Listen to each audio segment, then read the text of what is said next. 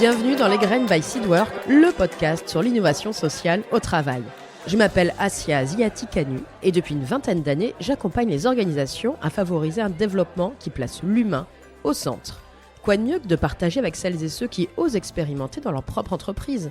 3 fois par an, je vous propose une mini-série sur un thème d'innovation sociale choisi parmi une longue liste. Le temps de travail, le management, la qualité de vie et conditions de travail ou encore les espaces de travail. Rendez-vous donc chaque mois pour découvrir un nouvel épisode de la mini-série sur vos plateformes d'écoute préférées. Apple, Spotify, Deezer, YouTube et sur mon blog Les Graines by Seedwork, accessible depuis mon site internet www.seedwork.fr. Je vous propose de consacrer cette 8e série à un sujet qui semble d'actualité tellement nous sommes inondés à la fois d'informations et d'outils sur le marché, mais qui n'est pas si récent que ça, l'intelligence artificielle et son impact sur le travail. L'IA est source à la fois de fantasmes, de promesses miraculeuses, ou bien au contraire de craintes de suppression d'emplois et de bouleversement du travail. Où en est-on ? Quid de l'adaptation de la machine à l'homme ou de l'homme à la machine ? L'occasion, au travers de ces épisodes, à la fois de prendre du recul pour mieux définir de quoi l'on parle exactement quand on évoque l'intelligence artificielle, quels sont ses impacts concrets sur le travail et quelles perspectives pour un développement vertueux, avec également des retours d'expérience en entreprise. Pour ce premier épisode de la série, rien de tel que de prendre de la hauteur, faire le point sur les définitions, l'état de l'art, les dernières études et enjeux de l'IA et ses impacts sur le travail. J'ai le plaisir d'interviewer Vincent Mandino, chargé de mission au sein de l'ANACT, l'Agence nationale pour l'amélioration des conditions de travail, expert du sujet, en charge des transitions, dont les transitions numériques. Bonjour Vincent, est-ce que tu peux te présenter donc tes fonctions et en 2-3 mots, qu'est-ce que l'ANACT ? Bonjour Assia, donc moi je suis Vincent Mandino, je suis chargé de mission à l'ANACT et je pilote la priorité dite transition dans laquelle on range tout ce qui relève du numérique et de l'écologie et ce qui me conduit depuis quelques années à travailler notamment sur les questions d'IA au travail. Et l'ANACT, c'est l'Agence nationale pour l'amélioration des conditions de travail.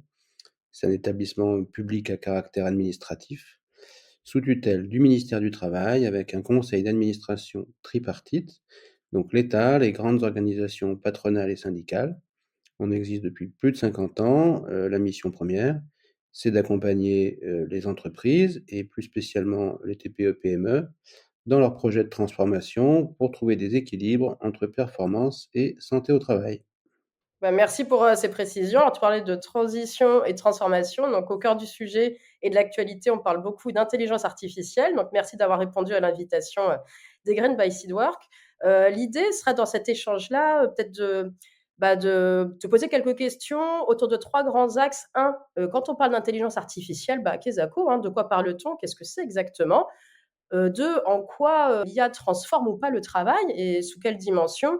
Et enfin, quelles recommandations tu as, toi, aujourd'hui, au regard de tes retours d'expérience et ce que tu peux observer pour une mise en place vertueuse, en tout cas, voir quels sont les leviers favorables à une mise en place vertueuse de l'intelligence artificielle. Je te propose de démarrer par l'IA Kesako. Finalement, de quoi on parle quand on parle d'intelligence artificielle ? D'ailleurs, IA, est-ce que ça signifie que intelligence artificielle ? Voilà, depuis combien de temps est-ce que ça existe et aujourd'hui, quel type d'IA tu identifies ? Pour répondre à cette question, il faut prendre un peu de recul. En fait, on souffre non pas d'un manque de définition pour caractériser l'IA, mais plutôt d'un trop-plein de définitions. Et du coup, d'une définition qui n'est pas stabilisée parce qu'il y a plusieurs définitions qui se concurrencent d'une certaine façon et plusieurs lectures du phénomène. Donc avant d'arriver à définir, peut-être commencer par caractériser un peu ce qu'on peut comprendre quand on utilise la formule IA. Là, je m'appuie et je me réfère aux travaux de Ben Bouzid notamment, qui nous dit au fine, il y a une culture cinématographique, littéraire, etc., qui en fait prédomine et qui nous fait penser que l'IA, c'est une sorte de super intelligence qui va dépasser l'intelligence humaine et souvent ça s'inscrit dans un imaginaire un peu dystopique où elle prend le pouvoir et elle va possiblement détruire l'humanité. Donc que ça soit les trucs de Kubrick ou d'autres films comme ça. Donc quand on évoque le terme IA, en fait, spontanément, on pense plutôt à ça. Et donc, sous cet angle-là, l'IA, c'est en fait une sorte de produit culturel et qui renvoie à cet imaginaire dystopique. Donc il faut composer avec ça parce que c'est là et nous, les interlocuteurs, ils encodent en fait les choses de la sorte. Après, on a une deuxième façon de percevoir peut-être les choses, c'est l'IA, c'est aussi un produit de la recherche. L'intelligence artificielle, c'est pas juste un produit du cinéma ou de la littérature, c'est de la recherche, c'est à la croisée de plusieurs disciplines, les mathématiques, l'informatique, les sciences neuronales et cognitives, etc. Et donc, c'est l'intelligence artificielle, un produit de la recherche, c'est-à-dire que c'est un agent informatique, quoi, intelligent, dans un monde relativement ouvert, dans lequel il va pouvoir, disons, fonctionner. Donc, troisième peut-être plan de compréhension, c'est que l'IA, c'est aussi un produit politique, en tout cas un produit de critique politique, de stratégie politique, de pratique politique. Il y a, vous l'avez vu là récemment avec tout ce qui peut se passer aux États-Unis, un lien en fait avec l'IA, c'est-à-dire que la technique, elle n'est pas neutre, elle est ni bonne ni mauvaise en soi, mais elle est par définition toujours politique parce qu'elle charrie en fait des valeurs, des représentations, des intérêts du fait de sa conception, de son architecture, de sa fabrication. Et donc du coup se pose la question du caractère plus ou moins démocratique de l'intelligence artificielle et en quoi elle est le produit d'une critique ou d'une absence de critique démocratique. Donc ça, c'est un troisième plan, d'une certaine façon, de compréhension de ce qu'on met derrière la formule IA. Et évidemment, le quatrième plan, c'est celui du produit industriel. Là, on est saturé d'informations, de vidéos ou des IA mélangées avec des robots, ferait tout un tas de trucs. Donc là, on a affaire à l'IA comme produit industriel et comme segment technico-économique qui a besoin d'être finalement encadré par le droit pour pouvoir, notamment à travers le droit européen et le règlement sur l'intelligence artificielle, pour pouvoir être déployé dans le marché européen. Donc en fait, tu vois, déjà avec ces quatre plans, on a une foultitude de compréhension de ce que en fait c'est. Et quand on parle à quelqu'un, on ne sait pas bien en fait sur quel pied on danse, quoi. Donc il faut toujours essayer de clarifier un peu ça. Et puis il y a le dernier truc qu'on peut dire, c'est que c'est une sorte de faux amis, en ce sens que intelligence en français et en américain, ça ne veut pas dire tout à fait la même chose. Et donc du coup, il y a un effet d'anthropomorphisation des programmes informatiques avancés dont relève l'IA, avec cette formule d'intelligence qui font penser que les machines sont vraiment intelligentes. Donc du coup, là, il y a une espèce de formule communicationnelle qui a été choisie par les fondateurs et les promoteurs de la recherche en IA pour obtenir des crédits, parce que dire informatique avancée, c'est un peu moins sexy qu'intelligence artificielle. Donc on baigne comme ça dans ce domaine-là sur plusieurs niveaux de compréhension. Une fois qu'on a dit ça, on peut. Alors moi, je suis d'une certaine façon de l'école classique. J'avais un vieux prof de philo qui disait il faut toujours débuter par définir pour ne pas finir par buter. Ça m'a toujours été, disons, une forme de secours. Et puis plus tard, quand j'étais à la fac, j'avais un enseignant, Philippe Fritsch, et qui nous disait bah, il fallait toujours commencer par le dictionnaire et après s'intéresser à comment on pouvait raisonner et réfléchir sur cette base-là. Donc là, c'est aussi ce qu'on peut faire. Et si on s'en tient au Larousse, eh ben, l'IA, elle est définie comme un ensemble de théories et de techniques mises en œuvre en vue de réaliser des machines capables de simuler l'intelligence. Donc l'IA, c'est quoi bah, c'est des théories et des techniques qui sont mises en œuvre pour réaliser des machines qui simulent l'intelligence. Et quand on parle d'intelligence ici, on parle évidemment d'intelligence humaine. Donc là, on est plutôt sur une compréhension de machines qui simulent l'intelligence. Quand on prend la définition du Parlement européen, l'IA, ça constitue une intelligence artificielle, tout outil qui utilise par une machine afin de reproduire des comportements liés aux humains tels que le raisonnement, la planification, la créativité. Donc dans cette définition-là, il s'agit moins de simuler l'intelligence humaine que de reproduire des comportements liés aux humains. Donc on a, vous voyez, une sorte de décalage en fait entre les deux définitions. Et puis, si on en vient à la définition produite par la Commission européenne dans le cadre du règlement européen sur l'IA, un système d'IA, ça constitue un système basé sur une machine qui est conçu pour fonctionner avec différents niveaux d'autonomie et qui peut faire preuve d'adaptabilité après son déploiement et qui a pour des objectifs explicites ou implicites déduit à partir des données qu'il reçoit comment générer des résultats tels que des prédictions de contenu, des recommandations, des décisions, etc., qui vont influencer des environnements physiques ou virtuels. Donc, tu vois, il y a d'un côté, on va essayer de simuler, de l'autre, on va reproduire des comportements, et encore d'un autre, on va déduire. Donc, du coup, la réponse n'est pas simple à la question qu'est-ce que l'IA? C'est en fait un sujet encore, je dirais, sur le feu, toujours un peu l'objet d'une définition en cours de fabrication et, disons, un champ concurrentiel dans la fabrique de la définition. Alors, on voit que ce sujet à la fois éminemment sociétal, politique, technologique, enfin voilà, sur ces différentes facettes, comme tu l'as illustré, les définitions ne sont pas forcément toujours évidentes ou elles peuvent être complémentaires. Sur les aspects que tu évoquais juste avant, sur les grands types d'IA, est-ce qu'il existe plusieurs grands types d'IA? Notamment, on entend parler des fois d'IA déductive et inductive. Finalement, si on essaie de débroussailler toute cette forêt dense autour du sujet, pour avoir quelques points de repère, quelle grande typologie toi tu vois? Oui, alors en fait, c'est les travaux de Dominique Cardon là qui peuvent être précieux, qui en effet distinguent les IA déductives des IA inductives. Donc en fait, ce qu'il faut comprendre, c'est que il y a eu une histoire de l'IA, et on y reviendra, dans lesquelles des types d'IA ont été construites. Et en fait, comme je disais, c'est un champ disciplinaire à la croisée de différentes disciplines. Et à l'intérieur de ce champ, il y a eu des orientations en fait qui ont été prises et qui ont produit des IA de type distinct.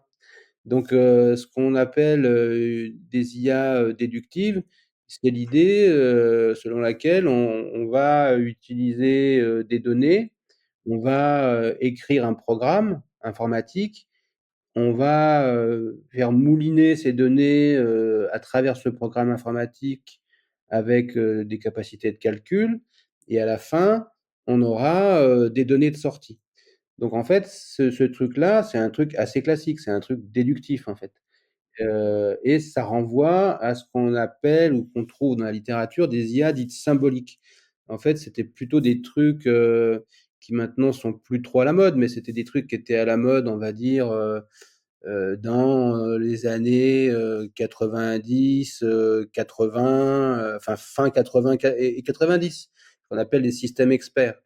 Et donc en fait, l'idée là, c'est on imagine que le raisonnement ou l'intelligence, c'est en fait l'application de règles formelles qu'on est capable de reproduire dans des programmes informatiques et de faire traiter les données qu'on pousse dans le programme à travers ces règles formelles, et donc ça reproduirait des résultats de type intelligence humaine.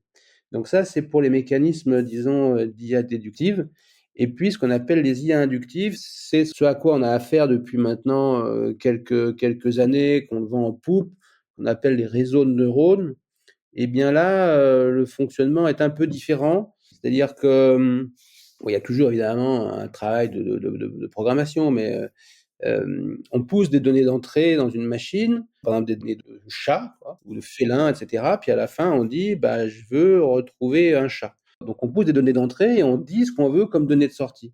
Et en fait, on a fabriqué un programme informatique qui va rechercher et qui va auto-apprendre à reconnaître ce qui fait la distinction entre un tigre, un chat, un ours, etc.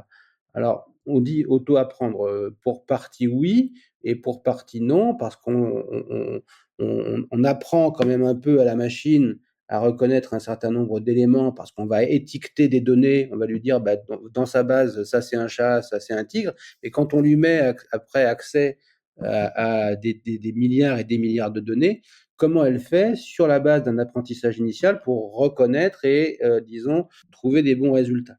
Donc là, ce qui se distingue, c'est on pousse des données d'entrée et des données de sortie, et c'est d'une certaine façon, on laisse la main à la machine pour définir le bon programme qui permet de faire le bon choix entre la donnée d'entrée et la donnée de sortie. Donc on laisse la main à la machine sur la production de la règle. Autant dans le déductif, c'est les humains qui, de certaine façon, fixent la règle, autant dans les machines déductives, c'est plutôt la machine qui va elle-même fabriquer par son auto-apprentissage la bonne règle pour identifier la bonne donnée et produire la donnée de sortie qui va bien.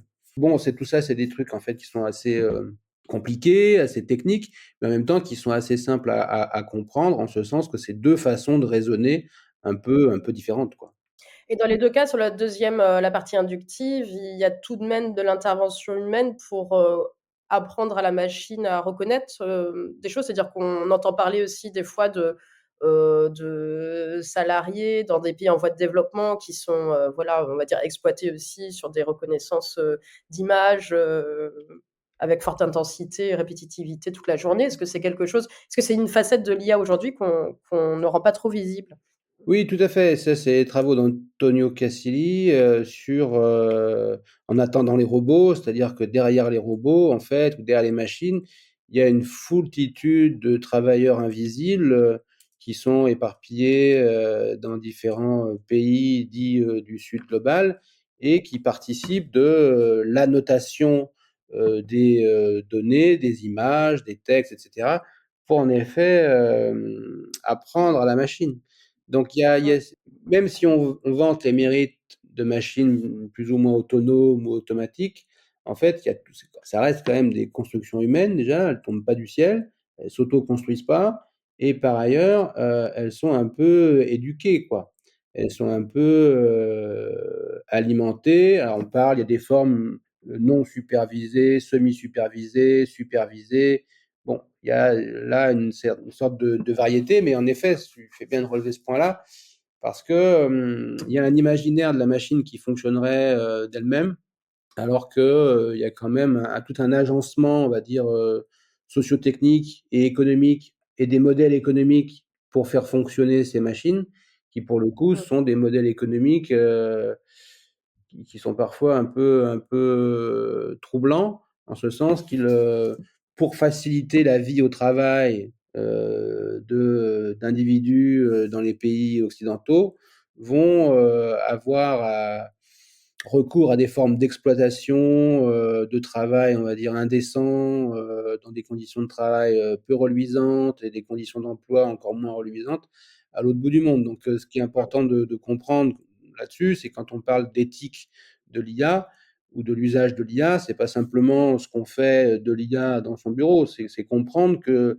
la chaîne de valeur, la chaîne de fabrication de l'IA, elle est bien en amont, et pas simplement chez Nvidia ou les semi-conducteurs. Il y a aussi tout un travail donc invisible sur la notation. Et si on remonte encore dans la chaîne de valeur, tout ça, ça a besoin de minerais, de matériaux, etc. Et là, on parle, c'est la Commission européenne qui parle des minerais de sang des enfants du Congo qui vont dans les mines récupérer tel ou tel minerai. Donc on pense qu'on a affaire à un truc qui est super moderne, etc., à la pointe. Et quand même, quand on regarde de plus près sur l'ensemble de la chaîne, on a parfois, disons, des aspects assez peu reluisants qu'il nous faut pourtant prendre en considération. Oui, avec toutes ces iniquités, pays occidentaux et pays dits du Sud global, comme tu l'indiques, avec tous ces impacts dans la chaîne de production, on va dire, du dispositif IA. Tout à fait, c'est ça. Et tu évoquais l'IA en entreprise. Ça nous permet de basculer sur la deuxième partie. Est-ce que l'IA transforme ou pas le travail? Mais avant cette question-là, quid de la mise en application ou pas de l'IA dans les entreprises aujourd'hui? Est-ce que les entreprises se sont emparées vraiment du sujet? Est-ce que ce sont les salariés eux-mêmes qui arrivent avec des pratiques un petit peu personnelles. Quelle vision des choses et sur leur évolution également dans le monde du travail? Pour pouvoir répondre à ça et avant de répondre à ça, il faut remettre les choses un peu en perspective parce que là, on a l'impression, à écouter la presse, et cetera, qu'on a affaire à une submersion et un incontournable, un indépassable, et une sorte d'ère de l'IA. Et en fait, Mmh. l'histoire montre que l'IA, c'est pas tout à fait récent, ça a 70 ans, et qu'il y a eu en gros des hivers et des printemps de l'IA. Donc là, on serait dans une forme de néo-printemps qui peut s'expliquer parce qu'on a des conditions, je dirais, d'investissement financier tout à fait conséquents. On a des grands volumes de données, on a des supercalculateurs, et du coup, ça peut faire fonctionner là, ces réseaux de neurones et les rendre un peu performants, et même pas qu'un peu, les rendre performants, bien qu'ils ne soient pas évidemment infaillibles et sans défaut. Donc du coup, en fait, on est un peu, puis il y a beaucoup d'effets de marketing quoi autour de ça. Donc là, c'est pas moi qui le dis, c'est y compris des acteurs qui ont pignon sur rue de type Gartner, qui sont en gros, qui font du conseil en déploiement technologie numérique, c'est des grands cabinets, et qui nous expliquent que là, on est en pleine hype de l'IA, on est au sommet, disons, du trip marketing, quoi, et qu'on est dans des attentes qui sont exagérées. Et donc, Mmh. qu'on va redescendre avant de retrouver une forme de croissance, mais plus contrôlée, plus mesurée et plus réaliste. Donc, pour le moment, en fait, il y a quand même un écart assez important entre ce qu'on lit dans la Mmh. presse, où l'IA serait partout, tout le temps, et plus personne ne pourrait rien faire sans, et d'ailleurs, il y aurait plus de situation de ce truc-là. Non, on est encore dans des programmes qui poussent beaucoup à l'utilisation de l'IA. Et si ces programmes de communication, de sponsors, etc., s'ils poussent, c'est qu'en fait, tout le monde ne s'y est pas mis. Et en fait, là, les dernières études de l'INSEE, elles montrent qu'on est quand même assez loin du compte. D'abord, en fait, c'est assez variable d'un secteur à l'autre. Et puis, c'est aussi variable selon les tailles d'entreprise. Donc, en fait, c'est plutôt les grosses boîtes qui s'y sont mis. Enfin, globalement, ce que je crois peut-être de mémoire, je dis peut-être des bêtises, il faudrait vérifier, mais je crois que c'est 11-13% des entreprises françaises qui auraient déployé de façon, je dirais, industrielle, quoi, effective, des IA dans leur organisation, quoi, mais que derrière ce chiffre se masquent des différences, quoi. Donc c'est plutôt les grosses boîtes, et c'est plutôt des boîtes qui font du commerce, de la communication, du marketing, etc. Donc on est très loin encore du raz-de-marée. Alors il y a d'autres études qui disent un peu des choses différentes, notamment les études de BPI ou des études de France Num, qui disent qu'on serait plutôt à une adoption à entre 20 et 30% des entreprises. Donc bon, en tout cas, on est Mmh. très loin d'avoir encore une adoption totale, magistrale, etc. D'où les programmes qui visent à encourager à l'adoption de l'intelligence artificielle dans les entreprises pour gagner en productivité, en performance et autres. Donc pas de raz-de-marée aujourd'hui, on va dire, mais il y a aussi des idées reçues un petit peu sur l'IA, notamment le lien IA et emploi, peut-être avant de parler de travail, en disant finalement l'IA va venir remplacer des emplois et avoir un impact sur l'emploi. Est-ce que c'est une idée reçue ou est-ce que c'est véritable crainte ou plutôt une transformation qu'un remplacement? Eh ben, en fait, personne ne le sait vraiment. C'est à observer. Ouais, c'est en fait, encore en train de se jouer, encore en train de se faire. Donc, en fait, on rejoue un peu à travers l'IA des mécanismes qu'on a déjà vécu à travers les vagues d'informatisation, de digitalisation. Donc, c'est toujours un peu la même crainte du robot qui remplace l'homme, etc. Donc ça revient un peu comme un marronnier. Il y a eu 10 ans, 15 ans, je ne sais plus, là, les travaux de Frey Osborne qui annonçaient 50% des emplois allaient disparaître du fait de la révolution des computers. Bon, eh ben, en fait, ça s'est pas tout à fait passé comme ça, parce que dans l'analyse proposée par les chercheurs d'Oxford, il y avait des biais, notamment en se disant qu'à partir du moment où une tâche peut être remplacée par une machine, alors le métier allait disparaître. Mais en fait, le métier, c'est un peu plus qu'une tâche, et donc c'est un peu plus compliqué que cela. Et puis, ça relève aussi, il n'y a pas de déterminisme et de mécanisme, enfin, de trucs automatiques. C'est-à-dire que c'est pas parce qu'une machine peut faire que la machine va faire. Ça dépend un peu des choix organisationnels, stratégiques de ceux qui pilotent ces organisations et des rapports sociaux qui les entretiennent avec les parties constituantes de l'entreprise, que sont aussi les salariés, leurs représentants. Donc ça, tout ça s'inscrit dans des dynamiques. Et il y a aussi des politiques publiques avec lesquelles il faut pouvoir compter. Donc sur la question des emplois, en fait, personne ne sait vraiment ce qui va se passer. Ce qui se dit à l'heure actuelle, c'est autour des IA génératives qui viennent un peu semer le trouble. Parce que dans les travaux de Frey Osborne, il y a 10-15 ans, en fait, pour éviter de voir son emploi se faire manger par les machines, il valait mieux être très qualifié, avoir fait de hautes études, etc. Et là, ce qui change avec les IA génératives, c'est que, en fait, y compris les cols blancs sont maintenant dans le collimateur, parce que ces machines, elles peuvent prendre en charge des tâches, on va dire, simples, mais elles peuvent prendre aussi en charge des tâches avec un haut degré, disons, de qualité cognitive en quelque sorte. Donc en fait, les ingénieurs, les managers, les journalistes, les créatifs, etc., les consultants pourraient être tout à fait être mis en difficulté avec un déploiement de l'IA générative. Donc là, il y a quelque chose qui se transforme, c'est que l'école blanc se retrouve voilà, dans l'œil du cyclone. Après, ce qui est intéressant aussi, c'est une étude de l'OCDE qui montre ça, c'est que, bon, et eux, ils indiquent que le potentiel d'automatisation lié à l'IA générative est de l'ordre de 27%, donc dans les pays de l'OCDE, ce qui est quand même pas rien.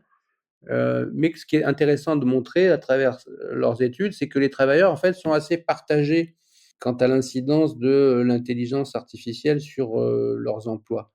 C'est-à-dire, pour ceux qui commencent à utiliser ces systèmes, 63% d'entre eux disent qu'ils se trouvent plus épanouis sur un plan professionnel grâce à l'utilisation de ces systèmes d'intelligence artificielle. Mais que dans le même temps, 60% d'entre eux sont inquiets de perdre leur emploi en raison de l'intelligence artificielle. Donc on est en fait plusieurs à habiter dans nos têtes, ce qui n'est pas en vrai un problème, ce qui renvoie plutôt à une réalité qu'on a tendance à masquer, en disant qu'on est en fait un peu ambigu, un peu ambivalent par rapport à ces sujets en particulier, mais aussi sur d'autres sujets.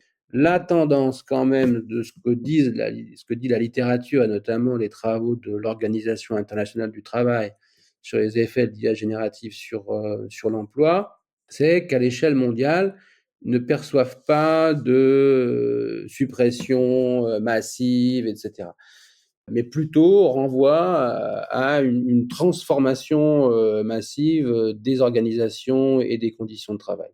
Ceci étant dit, c'est à l'échelle globale, à l'échelle mondiale.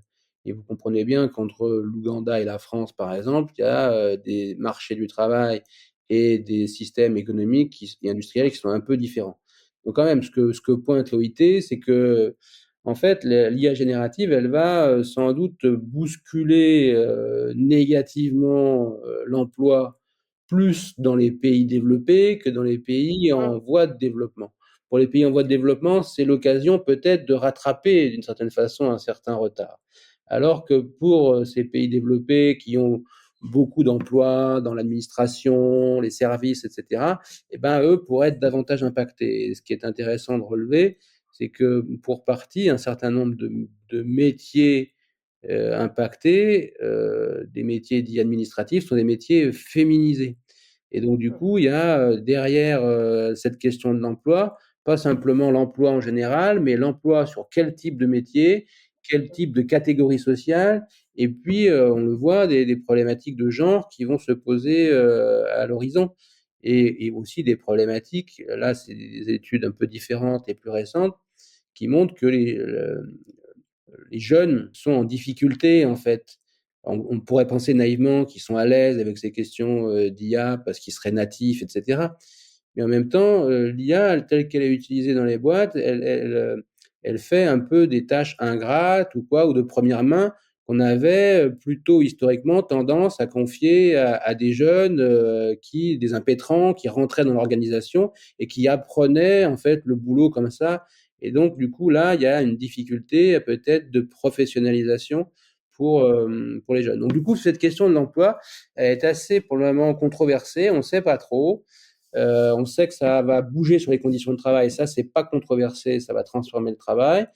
Ça, il y a une sorte de certitude. Il faudrait regarder comment, dans quelle dynamique, dans quel sens, etc. Mais ça, c'est à peu près carré. Après, sur l'emploi, c'est pas clair parce qu'on nous dit à la fois ça va pas trop bouger et en même temps, là, on a des annonces récentes, y compris chez Amazon, Accenture, etc., qui annoncent des suppressions d'emplois au titre, disons, de l'intelligence artificielle. Au titre, il va y avoir développement du chômage technologique chez un certain nombre de leurs employés parce qu'ils introduisent des systèmes d'IA. Donc, est-ce que c'est un effet, je dirais, pour prouver au marché que les systèmes fonctionnent bien et que ça a vraiment des effets, ou est-ce qu'en effet, c'est pas simplement une mise en scène, mais c'est un effet réel? Bon, bah, il va falloir continuer à suivre la série pour le savoir. Donc continuer à observer, analyser et suivre avec, tu as soulevé des effets sur les populations finalement au travail et donc la question femmes-hommes, Mhm. générationnelle, donc c'est des points de vigilance très importants pour préserver aussi une unité et un équilibre au travail. Et une petite anecdote, quand tu m'évoquais effectivement les sujets sur l'emploi, il y a peut-être aussi parfois des activités dites de niche qui peuvent être plus impactées. Et j'échangeais encore cette semaine avec un dirigeant d'une société qui produit des vidéos et des animations et il travaille beaucoup avec des acteurs de voix off. Et en fait, j'en échangeais comme ça sur l'IA. Il me disait, il a des retours catastrophés de ses acteurs, des partenaires acteurs voix off, parce qu'ils sont directement concurrencés dans leur activité par l'IA aujourd'hui. Et pour certains, certains indiquent avoir perdu pas mal d'activités. Donc, c'est des vrais questionnements sur leur métier. Voilà, donc il y a peut-être aussi des effets, selon la nature de l'activité, le métier, des effets plus ou moins impactants qui peuvent être révélés. Alors, c'est pas une généralité, mais en tout cas, c'est intéressant comme, Non, mais tout à comme fait, c'est très juste. En fait, il faut sortir, je crois, des généralités sur l'IA en général, les emplois en général, le travail en général, et regarder les types d'IA, les types d'entreprises, les types de métiers, les types d'organisations, et peut-être affiner un peu le regard. Et donc là, on en rediscutera, je pense, un peu tout à l'heure, mais quand tu évoques les voix off, moi, ça me fait penser aux scénaristes américains et à la grande grève des scénaristes américains qui se voyaient challengés par les IA génératives. Donc là, maintenant, on se pose la question des acteurs, etc. Mais les scénaristes, ce qui est intéressant en fait dans cette histoire, c'est qu'ils ont du coup résisté et ils ont négocié en fait l'introduction de ces systèmes dans leur profession. Et donc, du coup, il y a la possibilité d'encadrer, en fait, les conditions d'introduction de ces systèmes dans les professions et de construire des conséquences qui ne soient pas nécessairement funestes. Et si on déploie certaines conditions et que, par exemple, s'il y a de la valeur qui est générée en introduisant ces systèmes, alors cette valeur, elle doit servir à soutenir l'activité, en l'occurrence des scénaristes, soit pour leur permettre malgré tout de continuer leur activité de scénariste, ou soutenir le financement de parcours professionnels alternatifs. Donc on peut imaginer des transformations de l'emploi des métiers, mais on peut imaginer des modalités d'encadrement qui leur permettent d'être relativement supportables pour les uns ou pour les autres. Donc c'est à ça qu'on a affaire. C'est-à-dire comment on raisonne en fait ces transformations, comment on les comprend, comment on les identifie déjà, et du coup comment on les encadre de manière intelligente collectivement. Et finalement, quelle négociation, échange et co-construction du est-ce la machine au service de l'homme ou l'homme au service de la machine ou quel équilibre dans tout ça finalement. Voilà, et donc évidemment, on espère que ça soit quand même plutôt les machines au service des hommes que les hommes au service des machines. Oui, finalement, il y a dans les réflexions anciennes qui étaient de dire on va développer des robots comme ça, l'homme aura besoin de moins travailler. Finalement, on développe des robots et puis on est plus productif, on doit produire plus. Quelque part, c'est un peu Ah oui, alors ça, tu fais bien de le signaler, c'est-à-dire c'est le grand mythe, c'est-à-dire, et en fait, ça ne s'est jamais concrétisé. Depuis toutes les révolutions technologiques, on travaille de plus en plus, en fait. Évidemment, je dirais, le temps de travail a diminué, etc. Mais ça, c'est le temps de travail tel qu'il est compté. Il y a tout le travail informel, il y a tout le travail en débordement, il y a tout le travail, je veux dire, du client, etc. Et donc, du coup, en fait, chaque fois qu'il y a une possibilité technologique, on pense que ça va nous soulager, et en fait, ça ouvre davantage de possibilités d'engagement. Et donc, du coup, c'est ça qu'il faut essayer de canaliser un peu, quoi. une forme d'intensification finalement du travail.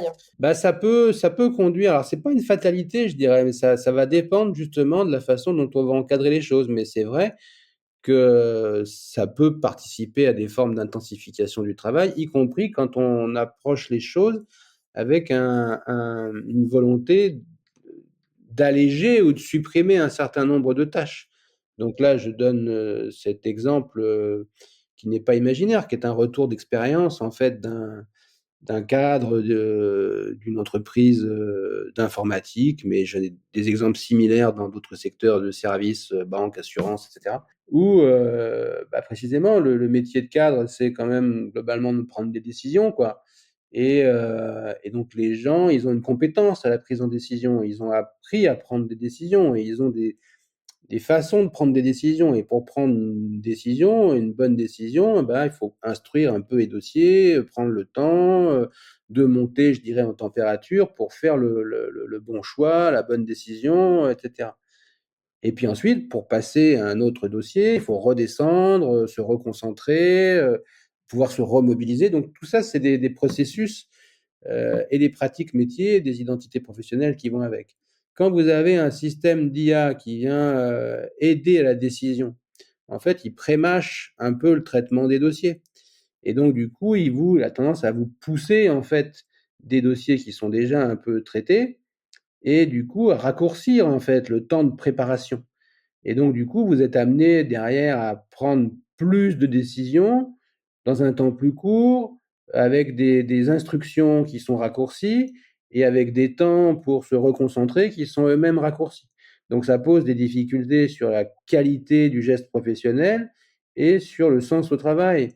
Et donc, on avait des gens là qui, sous couvert d'un système d'aide à la décision, se retrouvaient en situation on va dire, exposés à des risques psychosociaux et à des problématiques assez sérieuses est-ce que je fais encore mon métier? Est-ce que je fais encore un bon geste? Est-ce que du coup, est-ce que je suis en capacité d'assumer mon geste? Parce que manager, ok, c'est décider, mais c'est aussi assumer ses décisions et avoir des bonnes décisions sur un fonctionnement global de coopération dans les équipes. Donc ça peut parfois mettre les gens en difficulté. Donc on le sait du point de vue historique des conditions de travail, l'enfer est pavé de bonnes intentions. On peut toujours essayer de faire le bien à la place des gens en leur proposant des dispositifs méthodologiques, techniques, pratiques. En fait, on ne fait jamais le bien à la place des gens. Et c'est les gens qui savent, en fait, ce dont ils ont besoin. Donc, du coup, il y a un enjeu, je pense, en termes de conduite de projet des transformations, peut-être de gagner en culture, disons, du dialogue,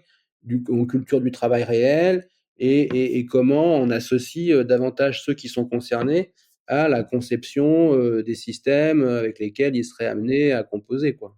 Alors ça fera tout à fait le lien avec la troisième partie sur les quelques recommandations, voilà, que tu pourrais donner sur la J'anticipe un peu. conduite de projet. Voilà, mais c'est très bien. Parce que juste avant ça, je crois que tu m'avais évoqué quatre problématiques pour interroger l'articulation entre IA et travail. Je crois que tu avais évoqué la nature de l'activité, l'environnement des collectifs de travail, les règles de métier, bon, tu viens d'en parler, et la responsabilité.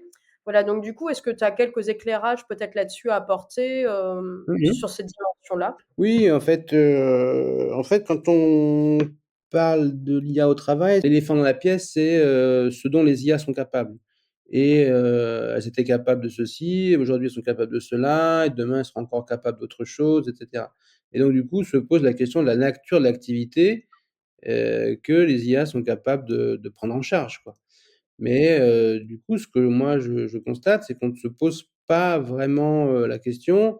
On est focus sur l'augmentation des capacités machiniques, mais on ne se pose pas la question de l'augmentation des capacités des humains et des collectifs de travail. Donc, et puis on peut se dire que c'est pas parce que techniquement on peut faire un truc que c'est socialement souhaitable. Et donc, du coup, quelle est la nature de l'activité qu'on veut bien déléguer à une machine, et c'est qui le on, et qu'est-ce qu'on ne veut pas déléguer à une machine.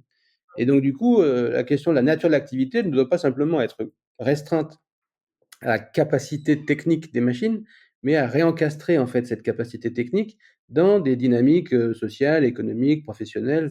Donc, du coup, voilà, réouvrir le champ de la nature de l'activité. Et donc, plutôt que seulement être focus sur les machines apprenantes, raisonner sur les organisations apprenantes.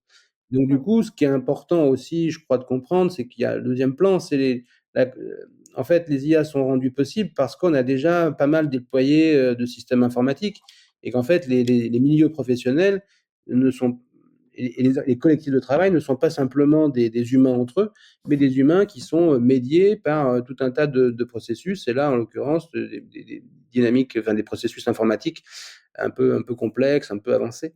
Donc, du coup, c'est important de ne pas, je crois, opposer le social à la technique, mais de comprendre que de toute façon, le geste professionnel, il est par définition, évidemment, un geste social, mais aussi un geste technique. Et donc là, on vient revisiter, disons, les environnements techniques, les milieux techniques avec lesquels le geste professionnel doit se composer. Mais du coup, on a déjà vécu des transformations de la sorte. Donc, on présente les choses de façon complètement révolutionnaire parce qu'il y a une puissance technologique derrière. Mais quand même, les questions de changement socio-technique ne sont pas complètement. Finalement, la façon dont ça vient réinterroger le travail, il faut aborder ça de la même façon que les précédentes innovations technologiques l'ont fait. C'est ça, finalement, s'interroger sur la nature, le collectif. Oui, c'est ça. Et en fait, partir du travail, c'est-à-dire que en fait, personne ne va devenir, enfin, on va pas tous devenir des champions en IA. Mais par contre, on a une expertise sur la réalité du travail, de notre travail. Et donc, du coup, comment se poser la question, comment, à quelles conditions et comment je fais un travail de qualité et un travail de qualité pour faire des produits et des services de qualité avec des conditions de travail de qualité. Et c'est sur cette base-là qu'il s'agit de raisonner et donc, du coup, de se dire à quel moment c'est utile ou inutile de recourir à tel ou tel système. Donc, il n'y a pas de l'IA partout, tout le temps, à tout bout de champ, et ça serait la solution au miracle à tout. Il y a des conditions à réfléchir individuellement, mais aussi collectivement, parce que les enjeux, ils sont aussi sur les coopérations entre je dirais, les professionnels. C'est des enjeux aussi de cohésion sociale, c'est des enjeux d'éviter les mises en compétition entre les uns et les autres qui sauraient se servir ou pas de la machine, parce que ça, c'est des mécanismes qui sont en fait tout à fait classiques, qu'on connaît depuis bien longtemps. Donc oui, la question des compositions des collectifs de travail, la question des règles de métier, c'est pareil, c'est-à-dire que est-ce que les métiers ont encore leur mot à dire ou est-ce que c'est simplement les règles de gestion qui doivent prévaloir ou est-ce que c'est les règles de fonctionnement des machines elles-mêmes qui seraient amenées à prévaloir, y compris sur les règles de gestion et y compris sur les règles de métier. Qu'est-ce qu'on délègue finalement, c'est ça, à l'IA? Qu'est-ce qu'on choisit ou pas de déléguer à l'IA dans des Oui, règles de métier? Je prends n'importe quoi, un processus de recrutement. Jusqu'où je vais avec l'IA dans mon processus de recrutement? oui, c'est ça. En fait, il faut se reposer la question de la place des professionnels et de la professionnalité et comment cette professionnalité, elle est soutenue potentiellement par ces dispositifs technologiques et ce soutien n'est ni mécanique ni automatique, ne va pas de soi. Et pour que ça soit le cas, il faut qu'il soit discuté et négocié. Et en effet, après se pose toute la question de la responsabilité de la décision, parce que c'est vrai que si je reprends mon exemple là du manager, à un moment, il est statutairement en situation d'assumer la décision. Mais si en fait il ne construit pas la décision lui-même parce que c'est la machine qui l'a construit à sa place, évidemment, à la fin, il y a bien une validation humaine, mais s'il a complètement délégué la production, bah, c'est peut-être une problématique en ce sens qu'il a des difficultés à l'assumer. Et puis pour celui qui vit la décision, c'est-à-dire celui qui est l'objet de la décision, comment peut-il la contester? C'est quoi ses voies de recours? Est-ce que le manager a encore une possibilité d'en discuter?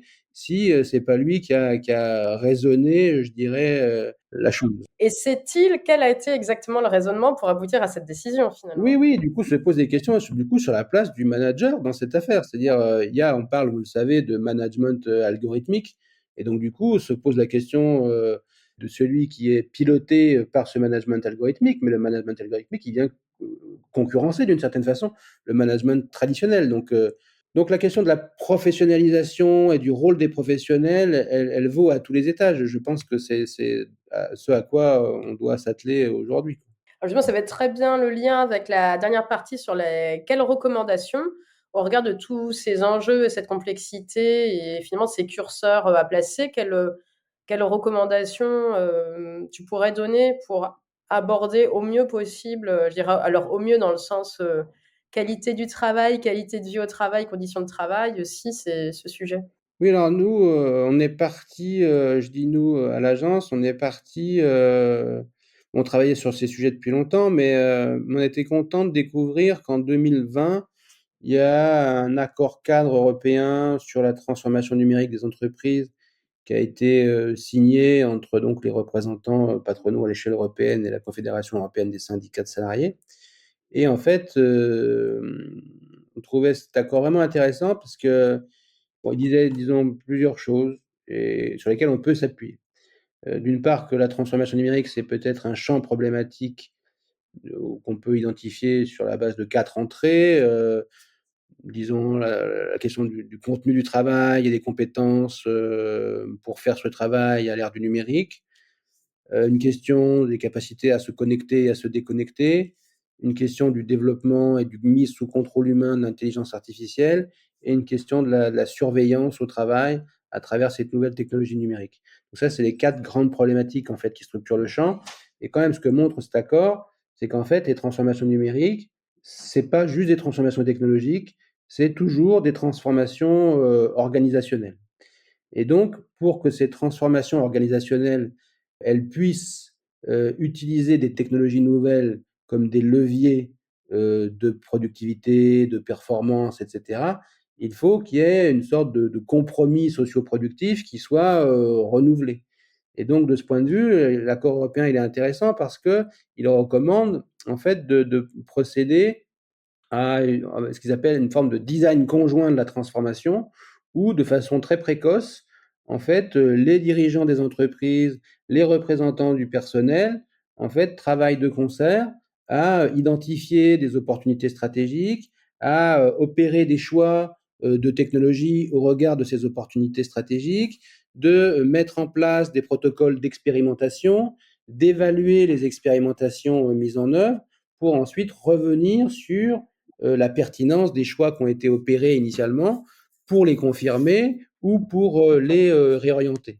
Donc, c'est une des recommandations, c'est comment on peut finalement développer une culture du dialogue, une culture du design conjoint qui permet de bien faire atterrir dans les organisations le potentiel de ces technologies plutôt que de les pousser, je dirais, de manière peut-être un peu trop abrupte et sans bien considérer les réalités du travail, les réalités contextuelles, les réalités professionnelles, qui, si elles ne sont pas prises en considération, peuvent, disons, quelque part, mettre en défaut les projets. On le sait d'expérience, les projets qui sont uniquement orientés productivité et qui ne considèrent pas les dynamiques sociales, en fait, n'atteignent jamais leurs objectifs. Parce que on peut mettre le social de côté par la porte, il revient par la fenêtre. Et donc, il y a un enjeu à co-construire, en fait, ces chemins de création de valeur partagée. Et donc, il n'y a pas du tout dans ces accords l'idée qu'il s'agirait de ne pas se saisir de ces nouvelles opportunités. Mais par contre, c'est de créer les conditions pour que ces opportunités puissent bénéficier à l'ensemble des parties. Donc ça, je pense que c'est important parce que moi je le traduis de la façon suivante, il y a 3 éléments à développer en termes de maturité. Il y a sans doute à développer une culture technique, à la fois chez les travailleurs, chez leurs représentants, mais aussi chez les dirigeants, parce que il y a une telle puissance marketing des fournisseurs technologiques qu'il faut pouvoir raison garder. Et donc du coup, comprendre de quoi il en retourne pour faire des choix, je dirais, un peu plus éclairés et équilibrés. Donc le développement d'une culture technique, mais de façon conjointe, il faut aussi développer, ce que je disais à l'instant, une culture du dialogue. Les accords européens, ils sont intéressants parce qu'ils montrent quand même une possibilité de négocier sur ces sujets qui apparaissent très complexes, très techniques et finalement indiscutables. En fait, ils montrent que non seulement c'est possible, mais il faut le faire. Il y a des protocoles pour le faire. Et donc, du coup, on peut tout à fait s'en inspirer pour fixer un certain nombre de cadres, de limites, de conditions, de conséquences souhaitées, pas souhaitées, etc. Donc ça me paraît important parce qu'il y a un rapport IGAS qui est sorti il n'y a pas si longtemps pour la France, montrant que la culture du dialogue, la culture managériale était quand même assez hiérarchique, assez rigide, et qu'il fallait peut-être progresser si on voulait, disons, gagner notamment des points de croissance par la confiance dans les organisations, dans les salariés, dans les collaborateurs et dans les nouvelles technologies. Et le troisième point, c'est la culture du travail, c'est-à-dire que partir du travail réel et revenir au travail réel. C'est-à-dire que les technologies, ceux qui les fournissent, ceux qui les achètent, ils ont une certaine représentation de ce que c'est que le travail, de ce que devrait être le travail. Donc, et sans doute que cette représentation, elle est un peu décalée par rapport à la réalité du travail. Et donc, il y a besoin de repartir du travail réel pour bien ajuster. Et quand on fait les investissements, il faut que ces investissements, ils reviennent aussi au travail réel pour que ça serve réellement je dirais, les gestes, et pas simplement une représentation de ce que devraient être ces gestes. Donc là, il y a des progrès significatifs à faire en la matière pour garantir, disons, que ces leviers technologiques soient bien des leviers et pas des difficultés supplémentaires ou des contraintes supplémentaires. Et finalement, arriver à construire une véritable conduite de projet participative avec les collaborateurs premiers experts du travail, finalement, pour ne pas se laisser non plus embarquer par les aspects technologiques poussés par les vendeurs de solutions, finalement, IA, et construire une solution adaptée vraiment aux besoins, tout en prenant appui le plus possible en amont sur le dialogue social et la co-construction des intentions du projet sur le volet organisationnel et social. Oui, c'est bien reformulé comme ça. En fait, on a développé un programme autour du dialogue social et technologique pour dire qu'en fait, les acteurs du dialogue social classique, c'est-à-dire représentants de la direction des salariés, parfois, ils sont en fait dépassés par un troisième acteur qui est le fournisseur, qui a un pouvoir considérable de déformation de l'organisation, mais qui n'est pas dans le tour de table. Et donc, il y avait plusieurs enjeux. Il y a un enjeu à faire un dialogue social de qualité. Quand je dis dialogue social, je parle en instance entre les parties. Pour que ce dialogue social en instance, il fonctionne, il soit de qualité, il faut qu'il soit instruit par les réalités du travail. Donc, il faut aussi s'appuyer sur un dialogue professionnel qui permette, d'une part, aux instances donc de ne pas être flottante, hors champ, mais de bien être en prise avec la réalité du travail, et qui permet aussi au dialogue professionnel d'intégrer dans ces discussions les préoccupations stratégiques, les préoccupations institutionnelles qui ne sont pas complètement mineures. Et si on fait ça, en fait, on a donc un dialogue social de qualité qui permet ensuite, du coup, de construire une relation avec le fournisseur de technologie qui est plus intéressante parce qu'on peut s'appuyer sur les réalités professionnelles, organisationnelles, contextuelles. Et donc négocier avec le fournisseur des technologies qui sont adaptées à la situation et pas simplement acheter une solution sur étagère standard dont le fournisseur dit qu'elle va parfaitement s'ajuster, alors que dans la majeure partie des cas, c'est pas tout à fait comme ça que ça marche. Donc je pense qu'il y a besoin de construire une relation plus mature avec le fournisseur, et pour gagner en maturité dans la relation avec le fournisseur, il faut regagner en maturité avec les interlocuteurs internes, que ce soit les représentants ou les travailleurs et les managers. Et tu disais également qu'il fallait démystifier, mettre en débat le sujet, c'est ça? Finalement, c'est un des premiers pas aussi pour développer cette culture du technique et puis des actions, des ressources peut-être à mentionner là-dessus. Comment mettre en débat, comment démystifier finalement ce sujet-là dans les entreprises? Quand on a découvert cet accord européen, on s'est dit que il avait pour objectif, cet accord, pour vocation d'être décliné dans les États membres. Et donc, nous, on s'est dit qu'on allait outiller en fait cette déclinaison et pour faciliter l'appropriation par les acteurs. Et donc du coup, on a adapté un jeu qu'avait conçu l'Étui. On dit le jeu de l'IA au travail, et qui permet en fait, en effet, pour les gens qui sont très loin en fait d'être aguerris sur ces sujets technologiques de pointe là, et ben de démystifier un peu le sujet, de leur permettre une meilleure compréhension et le faire dans une dynamique collective, c'est-à-dire de s'appuyer non pas sur un truc descendant, un truc d'expert qui expliquerait ce que c'est, comment ça marche et tout, mais de le faire en apprentissage croisé avec ses pairs. Et donc, ça permet d'une part, en effet, de démystifier le sujet, et ça permet aussi de légitimer, en fait, les prises de parole sur le sujet. C'est-à-dire qu'il n'y a pas besoin d'être un expert en technologie pour avoir des trucs intéressants à dire sur l'IA au travail. Il y a besoin de repartir de son travail et de discuter l'IA du point de vue du travail. Et donc, une fois que ça, on s'autorise à faire ça, en fait, on est capable de générer une intelligence collective, une expertise collective sur les transformations organisationnelles que les fournisseurs de technologies ne sont pas capables de produire. Et donc, du coup, il y a une expertise complémentaire, en fait, qui se met graduellement, progressivement en œuvre, et qui est de nature, en fait, à soutenir des transformations plus ajustées. Donc, en effet, il y a là une première marche, disons, qu'on essaye d'opérer. Et puis, ça suppose de l'entraînement, ça suppose, je dirais, des actions sur le terrain derrière. Une fois qu'on s'est un peu ouvert les chakras, qu'on a compris les sujets, qu'on s'est un peu projeté sur les transformations, et ben derrière, il faut organiser là, des protocoles d'expérimentation, il faut organiser leur suivi, il faut organiser leur traitement, il faut organiser leur mise en délibération. Bon, bah, tout ça, c'est du travail à accomplir, et qui a peut-être besoin d'être un peu accompagné pour rassurer les interlocuteurs, quoi. Oui, adopter une véritable logique d'expérimentation, évaluation, pour voilà, construire Ah oui, ça, et s'autoriser à ajuster finalement les solutions mises en place. c'est tout à fait nécessaire. C'est nécessaire sur le plan pratique, et puis c'est aussi nécessaire sur le plan, je dirais, légal. Là, on a une série de jurisprudences qui viennent de sortir, qui montrent que, en fait, il y a quand même pas mal de contentieux sur le déploiement de l'IA dans les organisations, parce que on viendrait, d'une certaine façon, un peu chanter les processus d'information consultation, et qu'on déploierait en fait des outils d'intelligence artificielle sans respecter cette phase-là, et du coup sans vraiment expérimenter.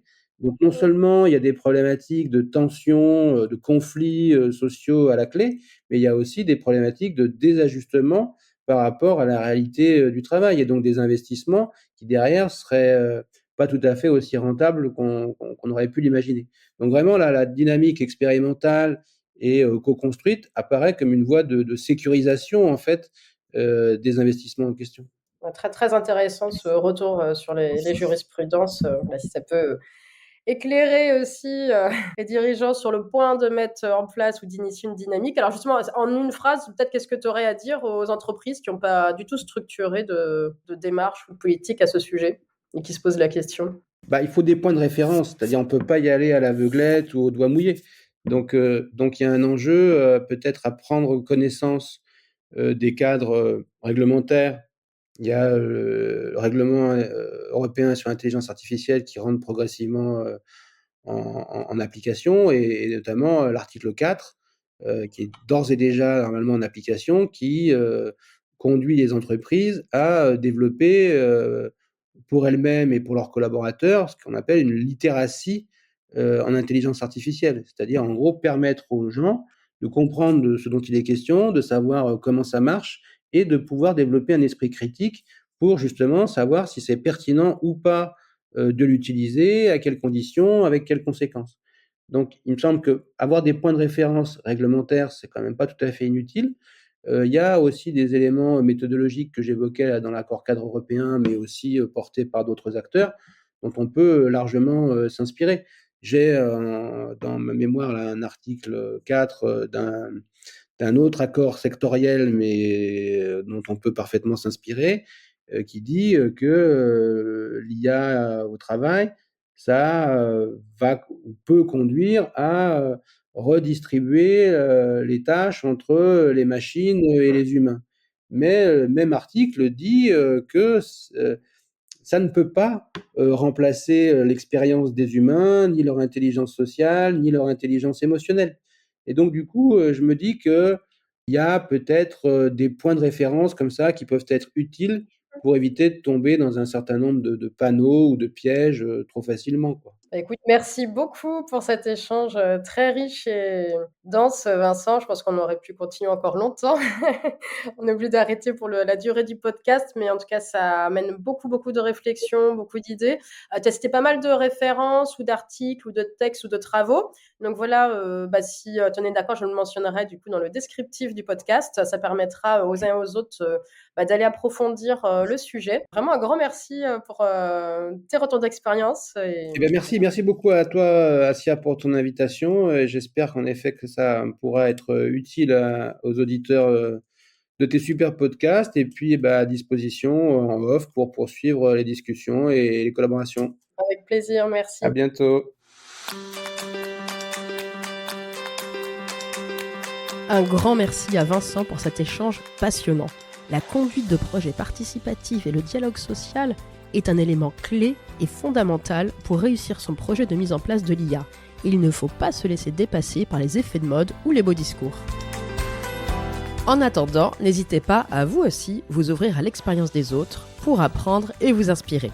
Écoutez le podcast aux plateformes d'écoute préférées, Apple Podcasts, Spotify, Deezer, YouTube et sur mon blog Les Graines by Seedwork, accessible depuis mon site internet www.seedwork.fr. Vous pouvez également m'écrire à asia.ziaticanu@seedwork.fr pour me proposer des thèmes de série ou réagir sur la page LinkedIn Seedwork Conseil et Innovation. Je suis toute oui et impatiente.